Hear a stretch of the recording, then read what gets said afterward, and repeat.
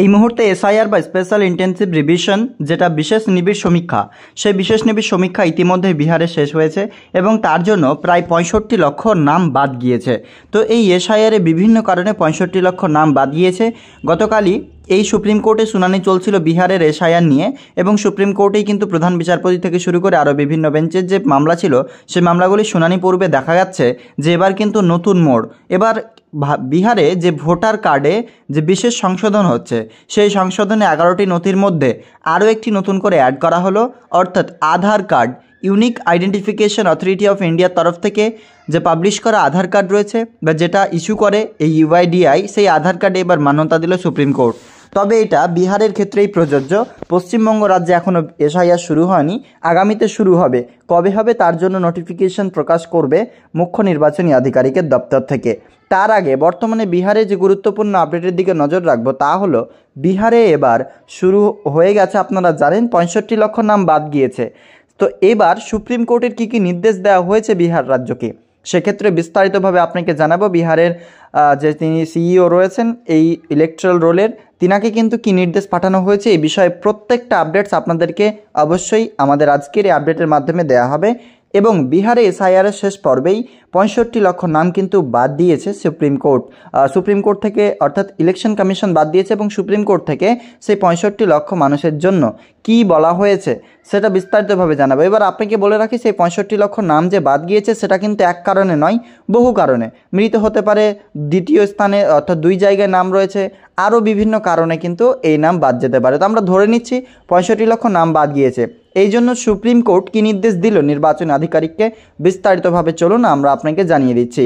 SIR নিয়ে গুরুত্বপূর্ণ update চলে এসেছে।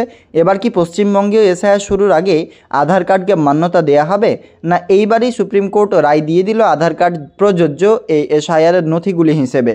বিস্তারিতভাবে জানাচ্ছি আমাদের আজকের আপডেটটিতে। ভিডিও ভালো লাগলে লাইক করবেন, অন্যদের শেয়ার করে দেখার সুযোগ করে দেবেন।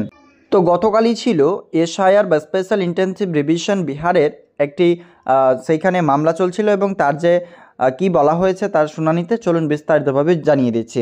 আধার প্রামাণ্য নথি, নাম বাদ গেলে করা যাবে আবেদন। এসআইআর মামলায় বড় ঘোষণা সুপ্রিম কোর্টের। জাতীয় নির্বাচন কমিশনকে বিজ্ঞপ্তি বের করার নির্দেশ দিল সুপ্রিম কোর্ট।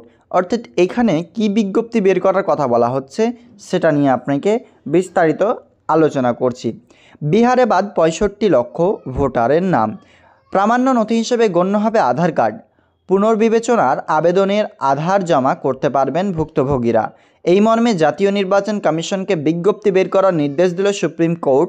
পাশাপাশি কেন নাম বাদ দেওয়া হয়েছে সেই কারণ উল্লেখ করে তালিকা প্রকাশের আদেশ দিয়েছে শীর্ষ আদালত। অর্থাৎ বর্তমানে সুপ্রিম কোর্টের তরফ থেকে যে বিষয়গুলো উল্লেখ করা হয়েছে তা হলো যে শুনানি চলাকালীন যে বিষয়গুলো উল্লেখ করা হয়েছে তা হচ্ছে 65 লক্ষ নাম যাদের বাদ গিয়েছে তাদের আবারও যে পুনর্বিবেচনার জন্য যে আবেদন করতে পারবেন তাতে কিন্তু তিনারা আধারকেও যোগ করতে পারবেন। অর্থাৎ বর্তমানে এটা স্পষ্ট, যাদের হয়ে গেছে নাম ঠিক বা যাদের এই নিবিড় সমীক্ষাতে পাস হয়ে গেছেন তিনাদের কোনো সমস্যা নেই, আর আধার দিতে হবে না। বিহারে যাদের 65 লক্ষ বাদ গিয়েছে, কি কারণে বাদ গেল, কোন রিজনে ইলেকশন কমিশন বাদ দিলেন তার পূর্ণ লিস্ট এবং রিজন সমেত অফিসিয়াল ওয়েবসাইটে প্রকাশ করতে বলা হয়েছে ইলেকশন কমিশনকে। এছাড়াও ডিস্ট্রিক্টের যিনি রয়েছেন ইলেকশন কমিশনের দায়িত্বে তেনাকেও কিন্তু এই যে নতুন বিষয়টি রয়েছে 65 লক্ষ নাম কেন বাদ গেল বা তার জেলার যে নামগুলো বাদ গেল কেন গেল, এবং সেটার জন্য বিডিও অফিসেও নোটিশ বোর্ড টাঙিয়ে দেওয়ার কথা বলা হচ্ছে। তো এই যে বাদ দেওয়ার জন্য যে কারণ তা প্রকাশ করতে বলা হয়েছে অফিসিয়াল ওয়েবসাইটে এবং বিজ্ঞপ্তি বের করতে বলা হয়েছে আধার কার্ডে 65 লক্ষ নামকে আবারও রিভিশন করবার জন্য, যে কেউ যদি আপিল করতে চায় সেক্ষেত্রে আধার কার্ড দিয়ে আপিল করতে পারবেন। বিচারপতি সূর্যকান্ত এবং বিচারপতি জয়মাল্য বাগচির বেঞ্চ বৃহস্পতিবার এই নির্দেশ দিয়েছেন। তারা জানান যে 65 লক্ষ ভোটারের নাম বাদ গিয়েছে তাদের নামের তালিকা প্রকাশ করতে হবে। অর্থাৎ এই দিন কিন্তু স্পষ্টভাবে বিচারপতির বেঞ্চ স্পষ্ট জানিয়ে দেয় 65 লক্ষ নাম কেন বাদ গেল বা কেন যাবে বা কেন গেল তার যে অফিসিয়াল বিজ্ঞপ্তি থেকে শুরু করে লিস্ট এবং তাদের কোন কোন রিজনে তাদের বাদ গিয়েছে তাহলে সেটা প্রকাশ করতে হবে। কেন নাম বাদ গেল সেই কারণও জানাতে হবে কমিশনকে। ইপিক নাম্বার ভিত্তিতে সার্চ করলে যেন তথ্য পাওয়া যায় সেই ব্যবস্থা করতে হবে। এছাড়াও স্থানীয় বিডিও এবং পঞ্চায়েত অফিসে এই তালিকা টাঙাতে হবে যাতে সাধারণ মানুষদের এই সুবিধে হয়।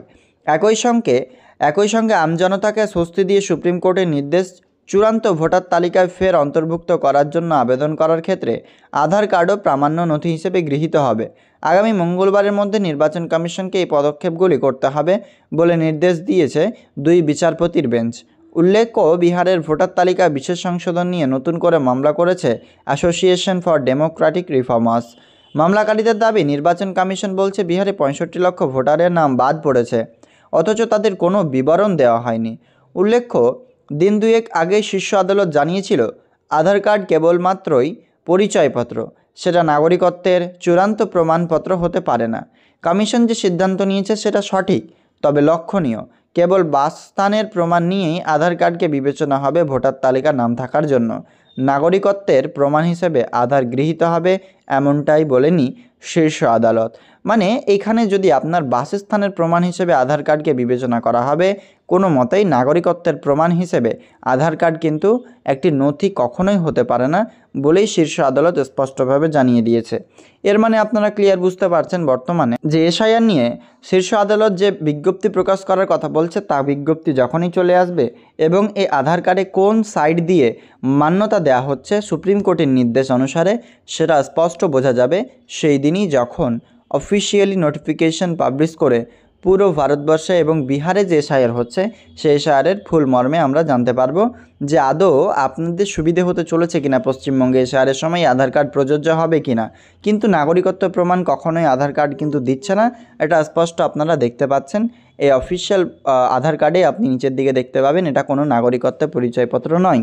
ফলত যে শীর্ষ আদালত নির্দেশ দিয়েছে সেই নির্দেশ অনুযায়ী কি কাজ করছে নির্বাচন কমিশন, সেদিকে নজর থাকছে পুরো ভারতবর্ষের বিভিন্ন রাজ্যের প্রতি জনসাধারণের। তো ক্লিয়ার বুঝতে পারছেন বর্তমানে এই নতুন নির্দেশ দিয়ে কি বলা হয়েছে নির্বাচন কমিশনকে সুপ্রিম কোর্টের তরফে।